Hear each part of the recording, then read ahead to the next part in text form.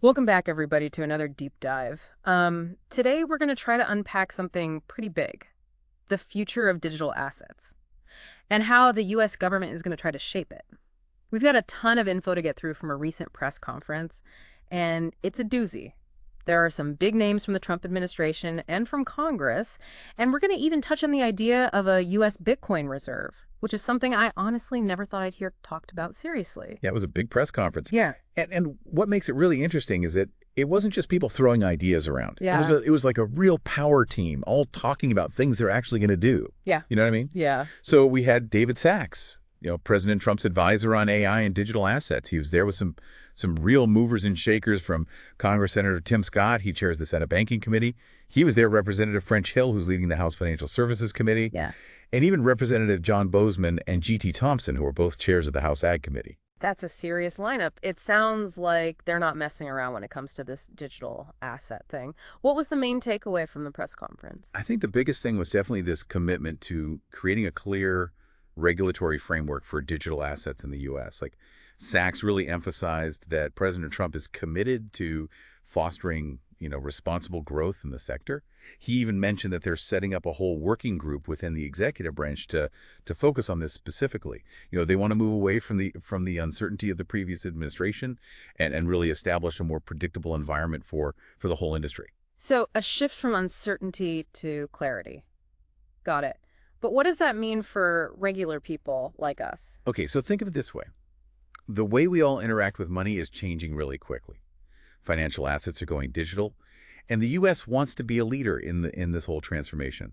They don't want to see innovation and all the economic opportunities that come with it move offshore. Like, remember what happened with FTX? Mm-hmm.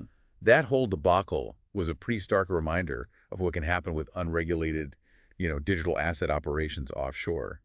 And it's a big reason why lawmakers are pushing for stronger oversight here in the U.S. Yeah, nobody wants another FTX situation for sure. But what are they actually going to do about it? Well, one big focus is on stablecoins. Stablecoins? Yeah, these are digital tokens that are designed to maintain a stable value, usually pegged to the U.S. dollar. Lawmakers believe that stablecoins could really boost the U.S. dollar's global dominance. They could even create trillions of dollars in demand for U.S. treasuries. Trillions? Okay, hold on a sec. Tell me more about these stablecoins. Are they like a digital version of the dollar? How do they even work? Basically, yeah. They try to take the best of both worlds, the benefits of digital currencies like fast transactions and low fees, with the stability of the U.S. dollar. So it would make them more practical for everyday use. Imagine sending money across borders instantly and with basically no fees while still knowing that the value of that money won't suddenly crash. That's the potential of stablecoins.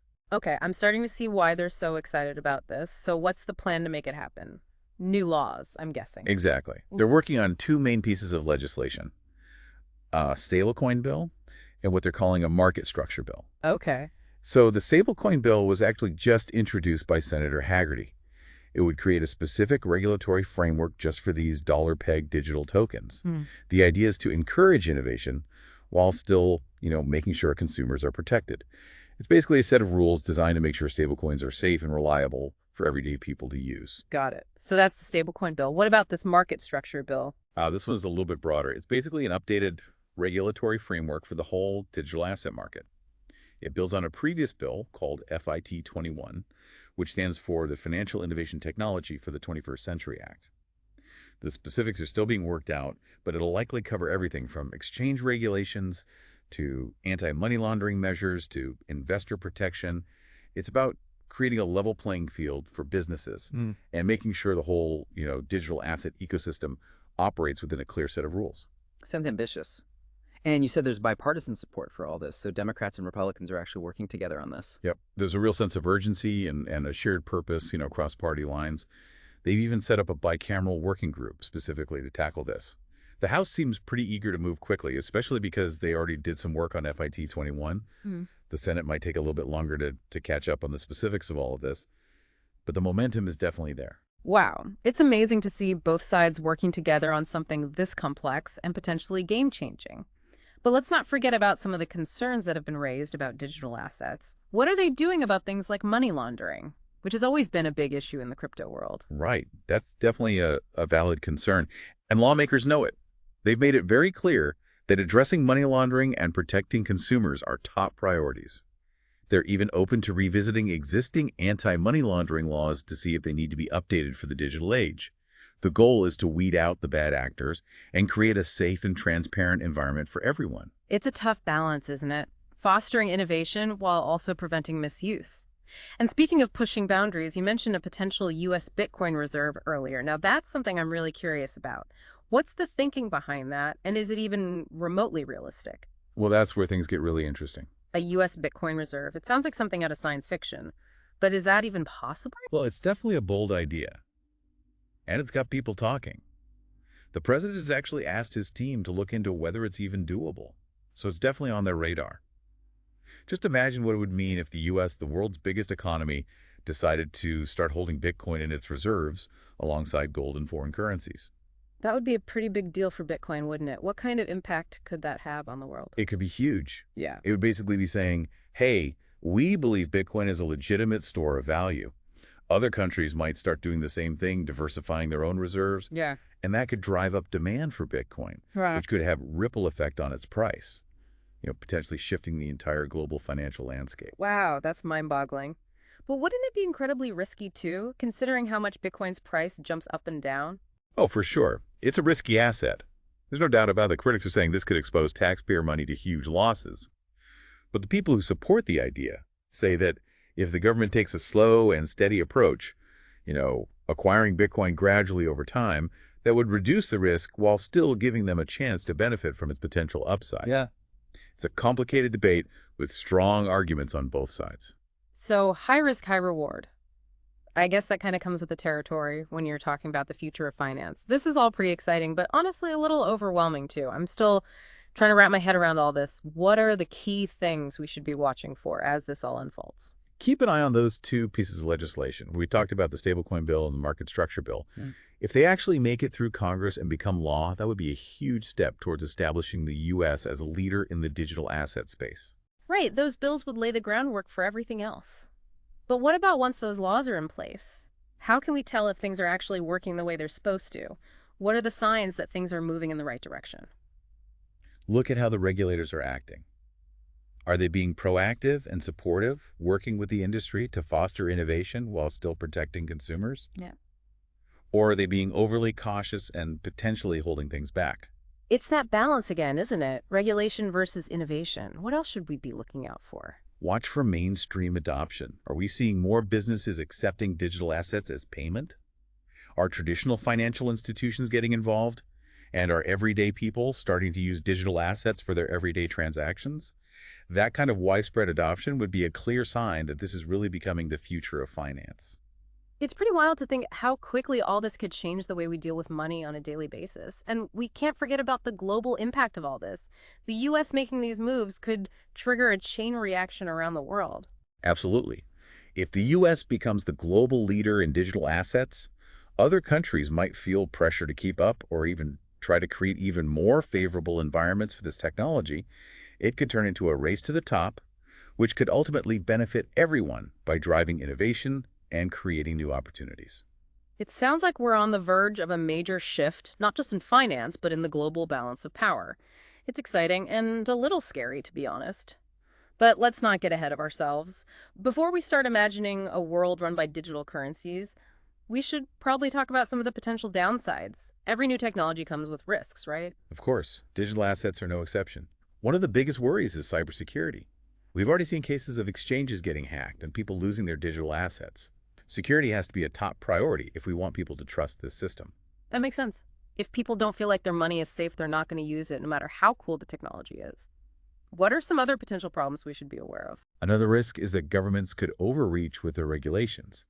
If they're too heavy-handed, they could stifle innovation and drive businesses away. We need to find a balance that protects consumers and prevents illegal activity without crushing the amazing potential of this technology. Finding that sweet spot again. And then there's the issue of volatility, which we touched on earlier. Those wild price swings can make it tough to use digital assets for everyday purchases. Yeah, volatility is definitely a challenge. Imagine trying to buy a cup of coffee with Bitcoin and then watching its value drop 10% while you're standing in line. Yeah. Stablecoins are supposed to solve that problem, but they come with their own set of complications and risks. So lots to consider, huge potential, but also some serious risks. It sounds like we need to be both enthusiastic and cautious. Exactly. We need to be aware of the potential downsides while still being open to the possibilities. And we need to be ready to adapt and learn as we go. This is a fast-moving field, and there will definitely be unexpected challenges along the way. Okay, so we've covered a lot of the economic and financial implications. What about the broader societal impact? How could the rise of digital assets change our lives, our communities, and our future? That's where things get really interesting. We're not just talking about a new type of money. We're talking about a potential paradigm shift in how we interact with technology with each other and with our governments. Okay, I'm intrigued. Break it down for me. How could this actually affect our daily lives? Think about individual empowerment. Digital assets could give people more control over their own finances, especially in parts of the world where traditional banking is limited. Imagine a world where anyone with a smartphone can access financial services no matter where they are or how much money they make. That's a powerful idea. It could be life-changing for people who have been excluded from the traditional financial system, but could there also be a downside to making financial services so accessible? Well, there are always potential downsides. One worry is that digital assets could make existing inequalities even worse. If we're not careful, we could see a new digital divide emerge, where the people who already have access to technology and financial knowledge benefit the most, while others get left behind. So it's not just about the technology itself, it's about making sure everyone has a fair shot at participating in this new digital economy. Exactly, and then there's the issue of privacy. Digital assets present both opportunities and challenges when it comes to protecting our personal information. I can see that. On one hand, some digital assets offer a certain level of anonymity, which could be good for people who live under oppressive governments or just value their privacy. But on the other hand, that same anonymity could be exploited by criminals. Exactly, it's a double-edged sword. And it raises some important questions about how we balance privacy with security in a world where our financial lives are becoming increasingly digital. It seems like a lot of these challenges boil down to finding the right balance. Balancing innovation with regulation privacy, with security individual freedom, with our responsibilities to society. That's a great way to put it. It's about navigating a complex landscape where there are no easy answers, but it's also a landscape full of opportunities. Speaking of opportunities, how do you see the rise of digital assets changing the future of work? We're already seeing this shift towards remote work and freelancing, and digital assets could really accelerate that. Imagine a world where people can find work and get paid in digital currencies from anywhere in the world without having to rely on traditional employers or financial institutions. It's like the gig economy on steroids. But wouldn't that also mean more job insecurity and instability for workers? That's a valid concern. Yeah. We need to think about how to create a social safety net that works in a world where traditional jobs are being disrupted. But there's also a chance that digital assets could empower workers by giving them more control over their income and their careers. It's all about adapting to a changing world. And speaking of adapting, I'm curious about how governments are going to deal with all of this. How will the rise of digital assets affect their power and what they do? That's a really thought-provoking question. Digital assets challenge the traditional ideas of government and sovereignty. They operate on decentralized networks that aren't controlled by any single entity, not even governments. So a potential power shift from centralized institutions to decentralized networks. What does that mean for the future of government? It's tough to say for sure, but one possibility is that governments might need to become more collaborative and adaptable. They'll need to find ways to work with these decentralized networks instead of trying to control them. A whole new way of thinking about how governments work. But before we get too deep into the philosophy of it all, let's bring it back down to earth. What does this mean for the average person? How will these developments actually affect our lives? Well, let's explore a couple of potential scenarios. So you're saying there are different paths this could all take. Let's start with the good stuff. What's the best case scenario here? How could this actually make life better for people? Imagine a world where sending money overseas is as easy and cheap as sending an email. No more huge fees or waiting days for the transfer to go through. That's what could happen if stablecoins really take off. That would be incredible. I could finally send money back home to my family without it costing a fortune. What else is in this optimistic future? Think about how blockchain could improve all sorts of things.